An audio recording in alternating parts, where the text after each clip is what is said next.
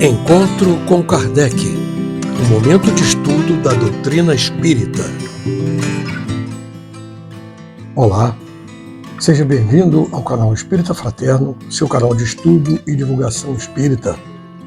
Hoje, dando seguimento, estamos no programa Encontro com Kardec número 66, dentro do estudo do Livro dos Espíritos que temos feito aqui toda semana, sempre às quartas-feiras. Eu espero sempre contar com a participação de vocês, inclusive se inscrevendo no canal, deixando aquele joinha, evidentemente se gostar, e compartilhando também para que outras pessoas possam ter acesso a essas informações do estudo que a gente passa aqui, como eu já disse, semanalmente, sempre às quartas-feiras, às 19h30. Eu sempre sugiro, nesse momento, que faça uma prece ao Criador, solicitando que permita que bons espíritos nos acompanhem para o desenvolvimento desse trabalho de estudo que a gente faz, nos trazendo boas inspirações, com boas ideias e boas vibrações de luz. Vamos iniciar o estudo agora?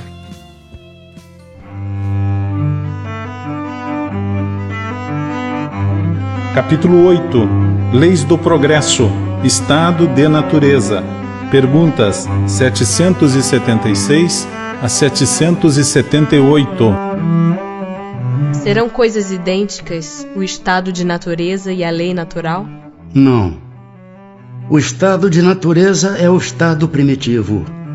A civilização é incompatível com o estado de natureza, ao passo que a lei natural contribui para o progresso da humanidade. O estado de natureza é a infância da humanidade e o ponto de partida do seu desenvolvimento intelectual e moral.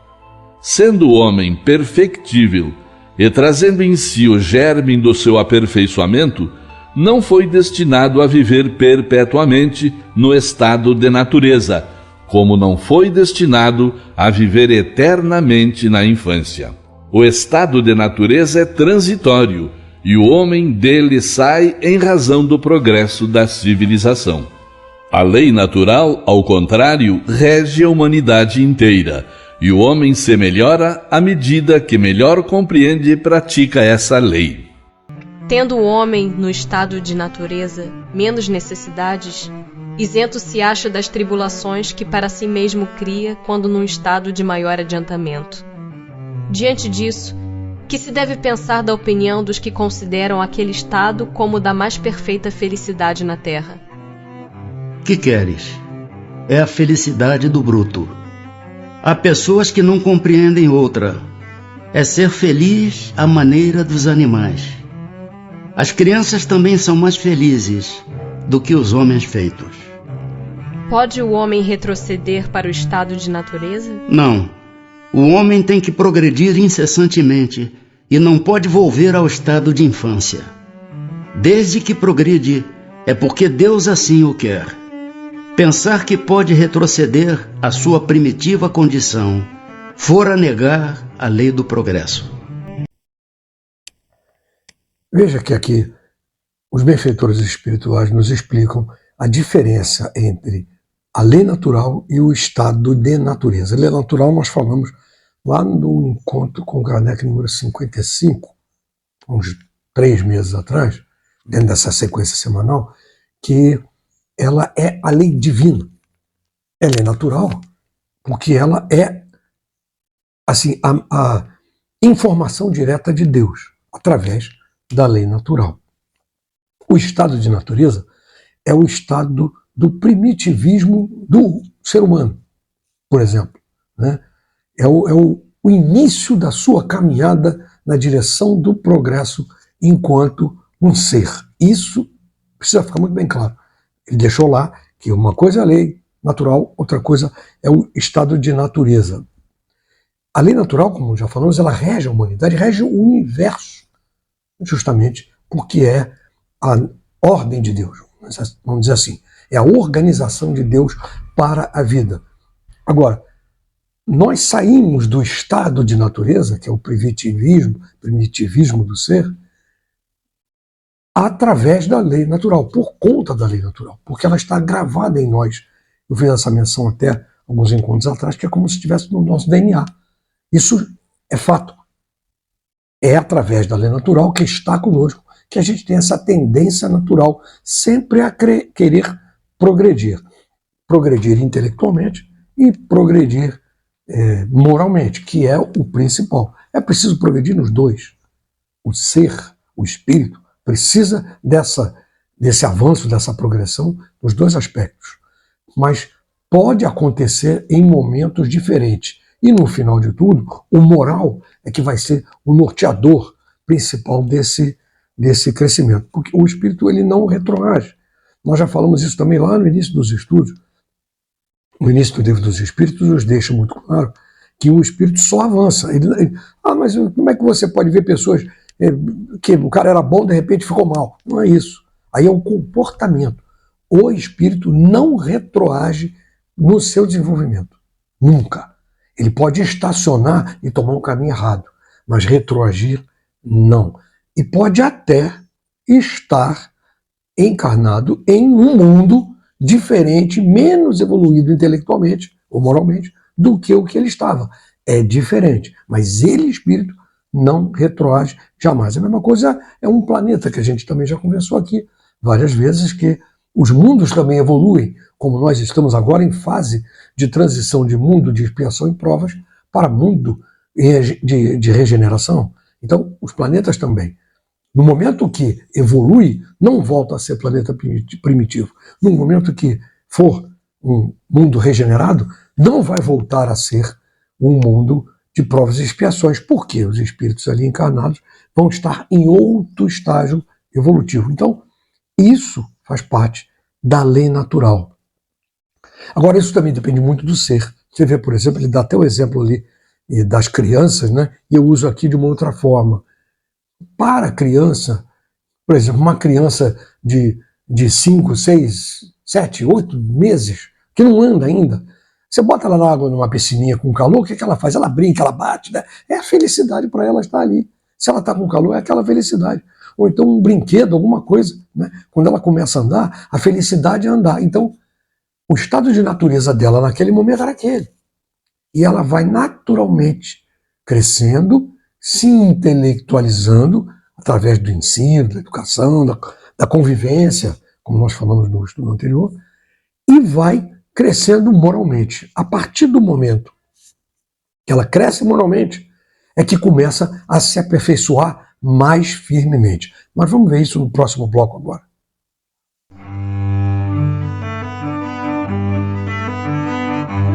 Capítulo 8. Leis do Progresso. Marcha do Progresso. Perguntas 779 a 785.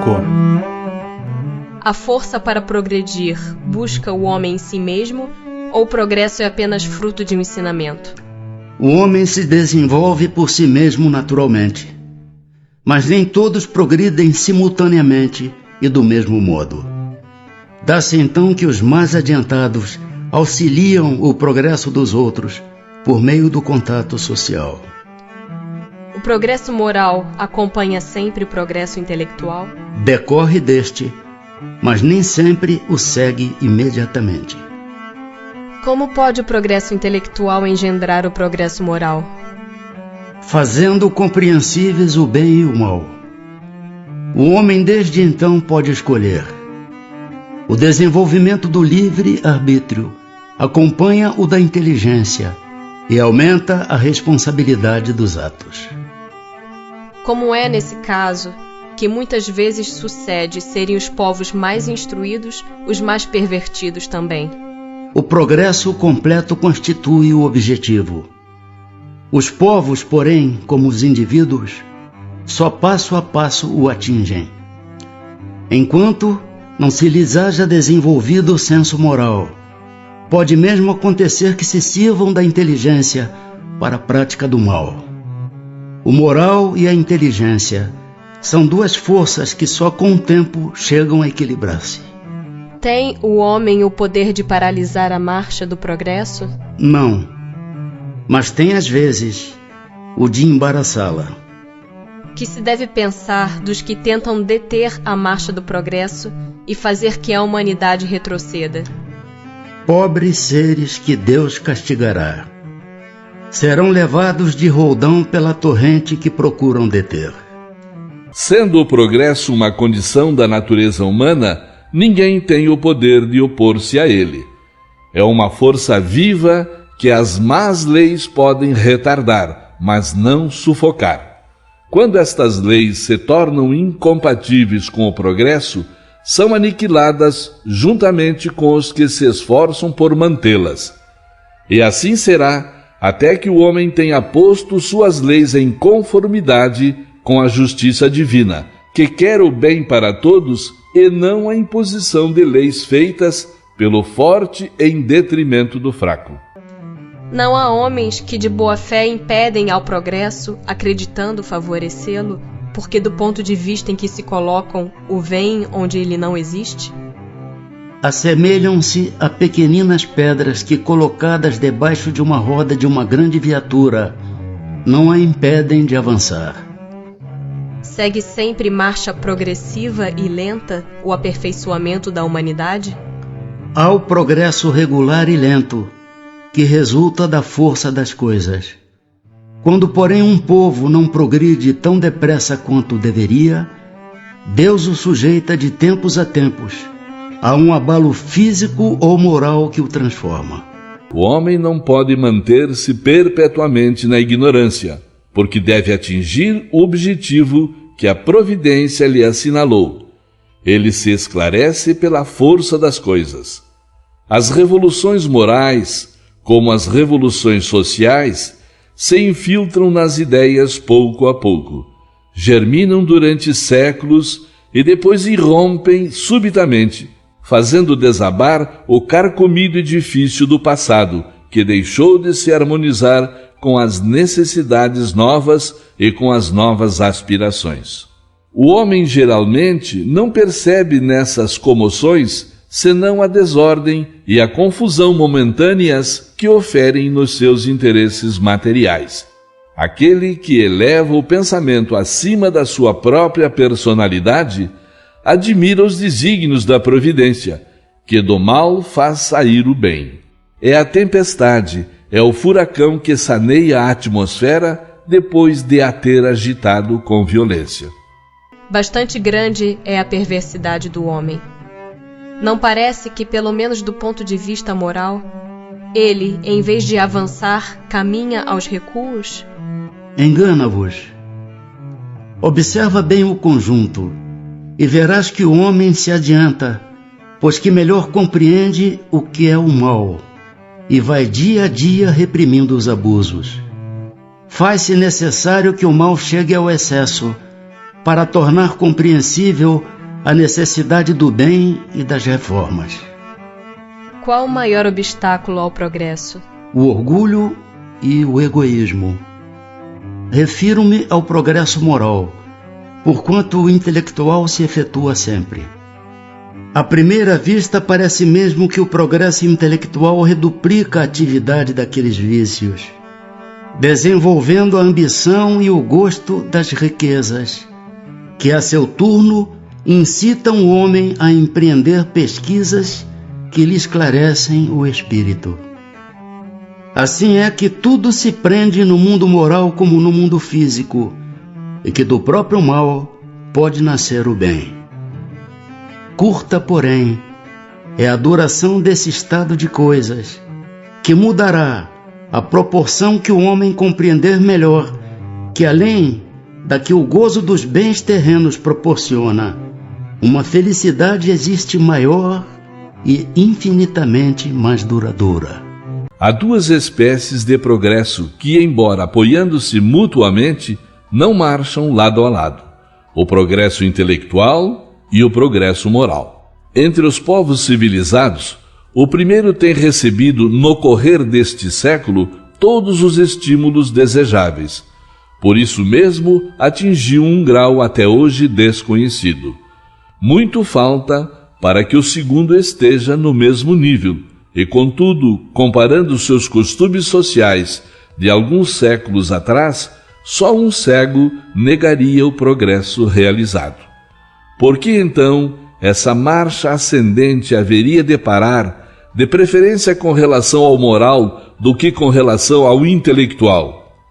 Por que não haveria entre o século XIX e o 24º século tanta diferença quanto a existente entre o 14º século e o século XIX? Duvidar disso seria pretender que a humanidade está no apogeu da perfeição, o que seria absurdo, ou que ela não é perfectível moralmente, o que a experiência desmente. Vê, nós estávamos falando, quando terminamos o bloco anterior, do progresso moral, que é exatamente nesse sentido que tem o aperfeiçoamento. Porque, a partir do momento que o ser começa a aprender, começa a ter informações de intelecto, né, de inteligência, não me refiro a informações morais, mas a informação de intelectualidade, ele começa a ter condições de tomar decisões.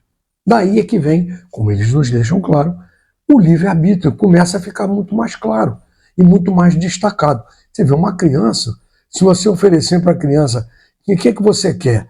Você quer uma maçã que está aqui descascada ou você quer esse pote de chocolate? Ela vai querer o pote de chocolate.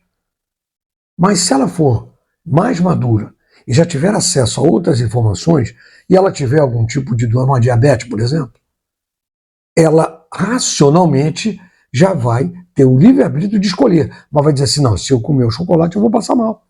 Eu preciso comer a maçã. E vai comer a maçã. Isso aqui foi um exemplo bem simples para ver como que o desenvolvimento intelectual acompanha, induz o desenvolvimento moral. Mas,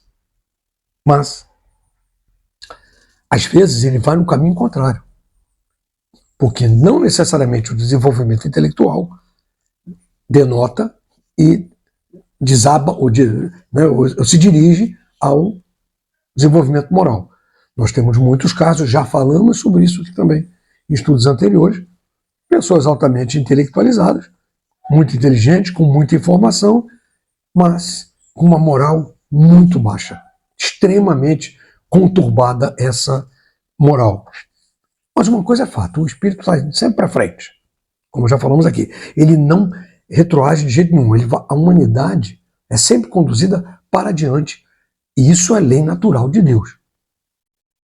Em algum momento, quando ela não avança, podem surgir determinados obstáculos para que ela aprenda e avance. Vou dar um exemplo aqui, mas um dia ela vai progredir, né? Vou dar um exemplo aqui, que já falamos também de outras vezes, já usei o mesmo exemplo. Vamos falar aqui com todo respeito, até uma nação que eu gosto, nunca estive, mas um dia pretendo estar, que é na Alemanha. Veja, os alemães, neste século passado, no século XX, eles foram causadores, praticamente pivôs, de 2 guerras mundiais. Não muito contente com tudo o que aconteceu na Primeira Grande Guerra, 1918, 19, causaram a Segunda Guerra Mundial. Em 1939. Por quê? Eram os alemães. Por quê? Era um povo intelectualizado, mas a moral muito conturbada ainda.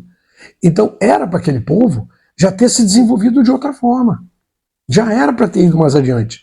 E o que aconteceu? Ele descamba para um lado negativo e a intervenção divina acaba tendo que se aproximar, se intervir, no caso, onde surgiu a Segunda Guerra Mundial e o povo alemão foi totalmente derrotado, né? E a mesma coisa aconteceu com os japoneses. Olha só a intelectualidade, a inteligência, inclusive o desenvolvimento moral que existia no Japão, né? Antes da guerra, da Segunda Guerra. E o que aconteceu depois? Então foi obrigado, a mesma coisa aconteceu com a Itália, e hoje acontece com determinados países ainda, que ainda estão em guerra, infelizmente. Então, muitas vezes, essas guerras, também já falamos disso em estudos anteriores, acabam servindo para isto. É aquela história que a gente conhece, que é dá um passo atrás para dar 2 na frente. É a intervenção divina acontecendo, exercendo-se a lei natural do quê? Do avanço, da progressão, a busca do progresso, que é a busca da perfeição um dia vai progredir. E olha como está o povo alemão. Agora, no século XXI, já no final do século XX, XXI, o povo japonês. Olha como avançaram moralmente, inclusive, com conceitos muito avançados, mais do que muitos países pelo mundo afora. Mais uma vez, que vai estar sempre para frente. Parece até que não está progredindo, alguns estão acontecendo isso, mas de alguma forma, mesmo que seja pela dor, Deus vai dar a oportunidade daquele povo de progredir. Então estamos falando do quê? Do ser, da humanidade, espíritos encarnados que vão progredir de alguma forma. Porque esse fraquejamento, né, essa interrupção ou esse desvio no crescimento, no avanço moral, não vai impedir o progresso jamais. Por quê? Mais uma vez, porque faz parte da lei natural e isso nos impulsiona para frente, segundo a vontade divina. E eles nos terminam lá as questões a 785 e 86, dizendo que o que pode impedir esse progresso? O que acontece com a humanidade que ela muitas vezes não progride? E ele especifica lá que é o orgulho e o egoísmo. Mas existe um outro que é a vaidade. Imaginem o seguinte: por orgulho, as pessoas acham que a culpa é sempre dos outros, não é? Algumas pessoas nunca se desculpam porque são orgulhosas demais. Não aceitam que podem estar errando e não aceitam críticas ou não aceitam sugestões ou não aceitam o comportamento do outro que é diferente do seu. Por orgulho, que é uma chaga da humanidade. Por egoísmo, também a pessoa só pensa em si mesma. Pensa em si em detrimento dos outros. Essa é a segunda chaga da humanidade. O egoísmo só traz prejuízo para o crescimento de cada um, porque a pessoa acha que tem o direito de não cumprir uma determinada lei, porque ele acha que aquela lei não serve para ele, porque não lhe agrada, por qualquer motivo. E por egoísmo, ele quer furar uma fila, ele quer avançar um sinal. Isso eu estou aqui falando coisas simples. Isso para não nos referir a posturas maiores, como dirigentes de organizações políticas, organizações estatais, dirigentes de países em que, por egoísmo, não cuidam dos seus compatriotas, não cuidam dos seus subordinados. Né? O egoísmo, a segunda maior chaga da humanidade. E depois, por vaidade, mais uma vez, porque as pessoas assumem posturas se sobrepondo aos outros pela pura vaidade.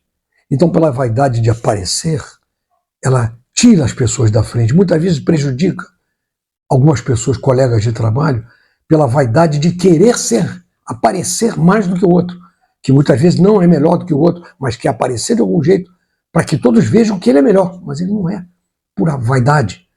Isso sem falar da vaidade física, né? Das pessoas que querem aparecer sempre dos selfies. Você vê tão isso. Olha, vai numa academia de ginástica, academia de musculação, e você vai ver o cúmulo da vaidade. O pessoal tirando selfie na frente do espelho para mostrar que está forte, daquilo. Às vezes nem está na academia. Eu já vi pessoas entrar na academia só para tirar foto e sair. Olha só. Isso eu estou dando um exemplo, mais uma vez, muito simplório. Mas a vaidade chega a níveis presidenciais de um país, a níveis de governos estaduais, em diversos países, em que, por vaidade, a pessoa quer estar sempre, ou ela, em evidência.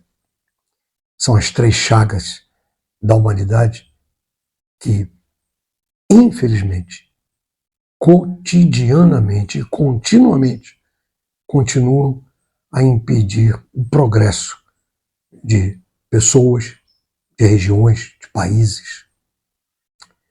Nós temos que pensar muito, no nosso caso, olhar muito para o espelho e analisar essas três chagas, se inconscientemente não estamos cometendo da mesma forma. Agradeço muito estarem conosco aqui até o final do nosso estudo Eu espero encontrá-los novamente na próxima semana no encontro com Kardec 67 e pedindo a Deus que continue permitindo que bons espíritos nos tragam boas vibrações. É o que eu peço para você, para todos nós, e dizendo e sugerindo, não esqueça de fazer a sua prece final. Fiquem todos na paz.